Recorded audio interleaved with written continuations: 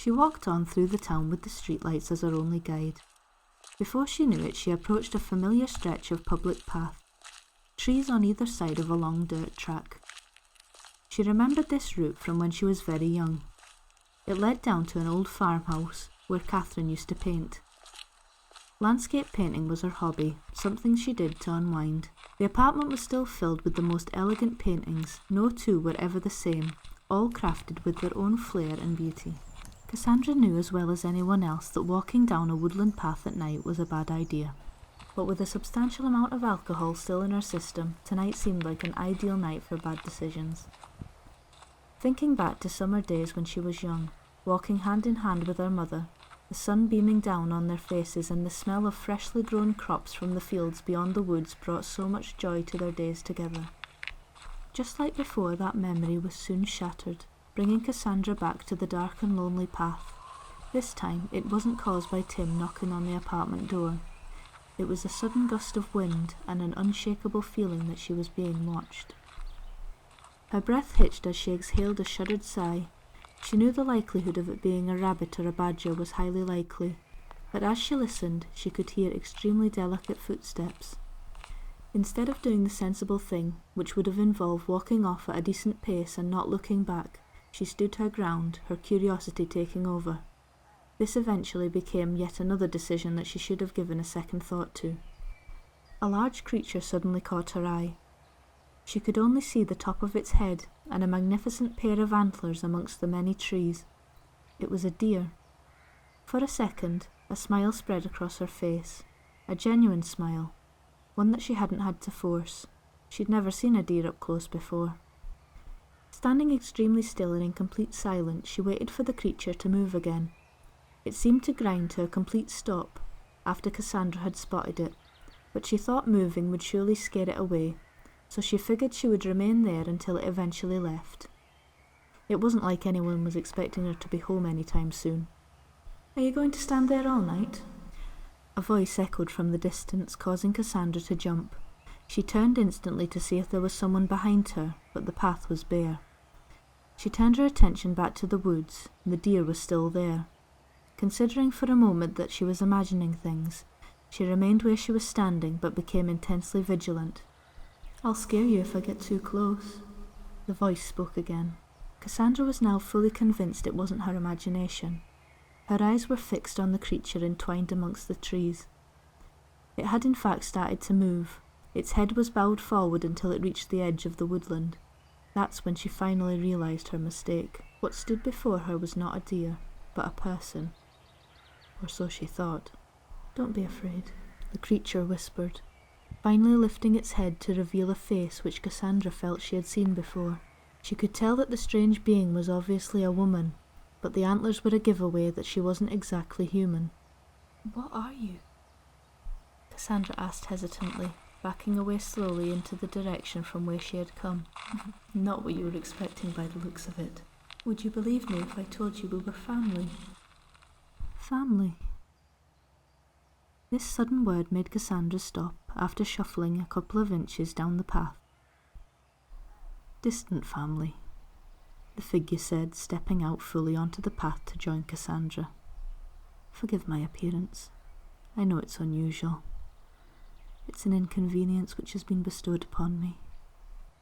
Cassandra's eyes were fixated on the long, sharp-looking appendages protruding from the being's head. "I know you're frightened, but don't worry. I'm not here to hurt you," the woman said. "Would it put your mind at ease if you touched them? I hear people become more comfortable around unfamiliar items by touching."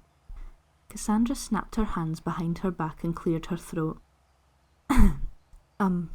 I'm sorry. Believe it or not, this is the first time someone's asked me to touch their antlers. That is what they are, right?"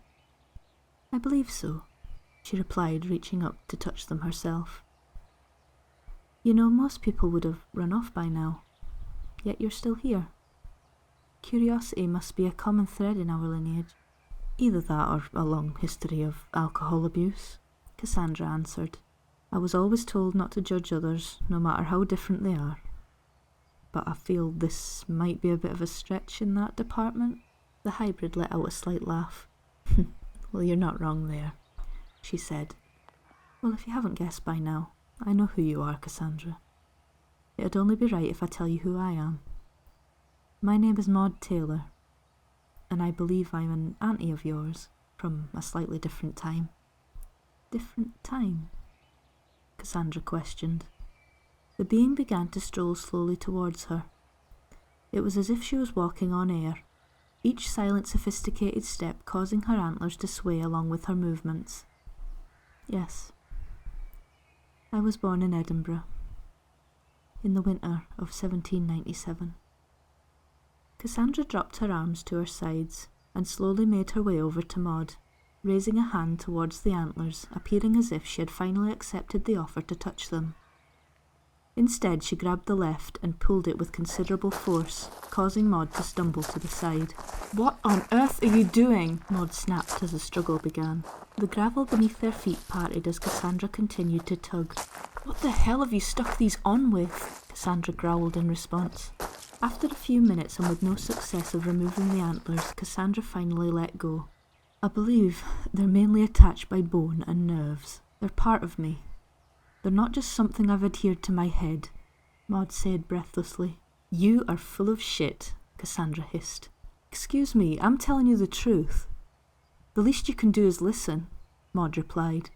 So what, you're over 200 years old? Cassandra uttered in disbelief. No, I died in 1824. If you'd have let me finish before attacking me, Maud huffed.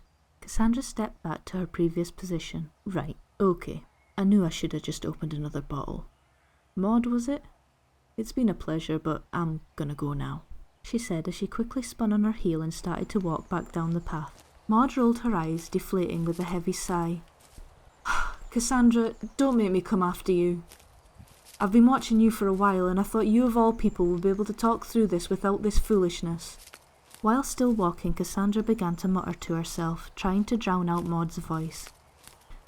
You're asleep. Nothing's wrong. It's just a dream. Everything's fine. Maud walked silently behind her all the way back to where the dirt road met the concrete pavement. Cassandra, daring one last glance, turned around to receive one of the antlers near enough in her left eye, leaving a slight graze on the top of her cheek. Ow! Jesus Christ! Maud stepped back a couple of inches. I'm sorry. I wasn't expecting you to look back. Rubbing her cheek vigorously to soothe the pain, she looked at Maud, who was now standing looking completely guilty and helpless. I had to make sure I wasn't going completely insane, Cassandra said. Standing her ground, Maud kept her eyes fixed on Cassandra.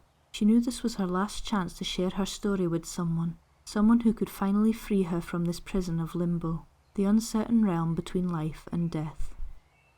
Cassandra, tomorrow you will wake up with that scratch, and you'll realise that everything that has happened tonight has been true. Is that really what it's going to take for you to believe me? She asked. That'll all depend on whether or not I wake up sober, which at the moment isn't looking likely, she replied with a sarcastic smile. Oh, I wouldn't worry too much about that. I'll make sure you do, Maud assured her, mimicking her smirk. Following that statement, Cassandra could vaguely remember the sound of shattering glass, closely shadowed by pure darkness.